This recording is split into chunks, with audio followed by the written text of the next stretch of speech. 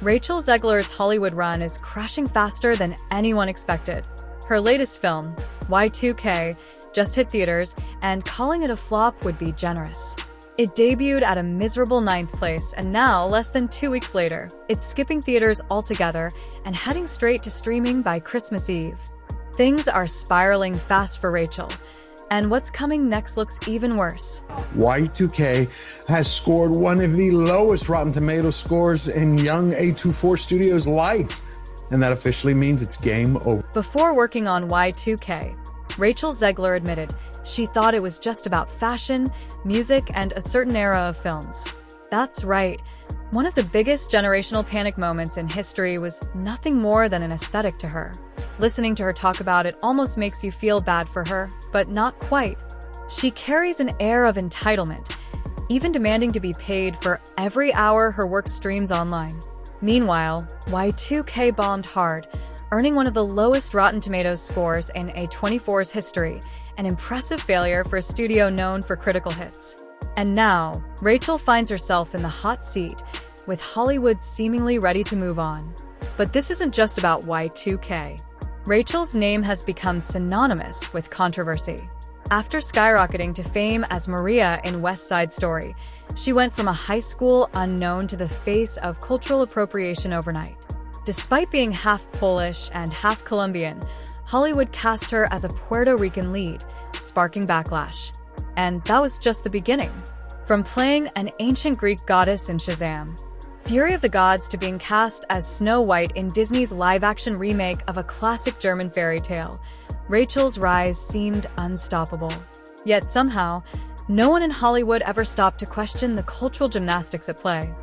We also have a star who I don't think fits the bill and also continuously talks on the internet, thus further poisoning the well of this already doomed film. Rachel herself has addressed the controversy, calling herself a white Latina and admitting that some roles made her uncomfortable. But instead of stepping back or reflecting on the implications, she kept taking the gigs. Hollywood propped her up like some sort of reparations in a ball gown, with major outlets like Variety and People rallying behind her as the next big thing. Any criticism? Swiftly met with the modern equivalent of public shaming. But times have changed. After 3 consecutive box office flops, Y2K being the latest disaster, even Hollywood's patience seems to have run out. Variety, the same outlet that once championed her, recently published what was essentially a career obituary. Written by Tatiana Siegel, Hollywood's unofficial hitwoman, the piece made it clear that wading into divisive issues isn't part of Disney's new playbook. In industry terms, that's not just a warning, it's a death sentence. And if you think that's dramatic, think again. Siegel is known for delivering Hollywood's harshest truths under the guise of soft diplomacy. She's the same writer who defended Disney when they fired Gina Carano, spinning it as the studio taking a noble stance. If Variety is turning on Rachel Zegler, it's not just a random opinion piece, it's an echo of what the industry is already whispering. Her Hollywood career is on its last legs, and the Snow White controversy is only adding fuel to the fire. Disney's live-action remake has been a PR nightmare from the start, but now, it's clear the studio is in full damage control mode. The teaser trailer racked up over 1.4 million downvotes compared to just 100,000 upvotes, a staggering ratio that signals a major problem. Audiences aren't buying it. Absolutely atrocious. I've got 3 official videos by Disney to take a look at, and just generally take a look at the comments, the like to dislike ratio, and it's a disaster. I mean, if I was Bob Iger, I'd be pissed. Disney's board members must be tearing their hair out, wondering how things went so wrong, but the answer is staring them in the face: Rachel Zegler. She took an already challenging project and turned it into a full-blown PR disaster. Her off-putting persona and outspoken comments have alienated fans, making it nearly impossible to generate goodwill. The sad truth?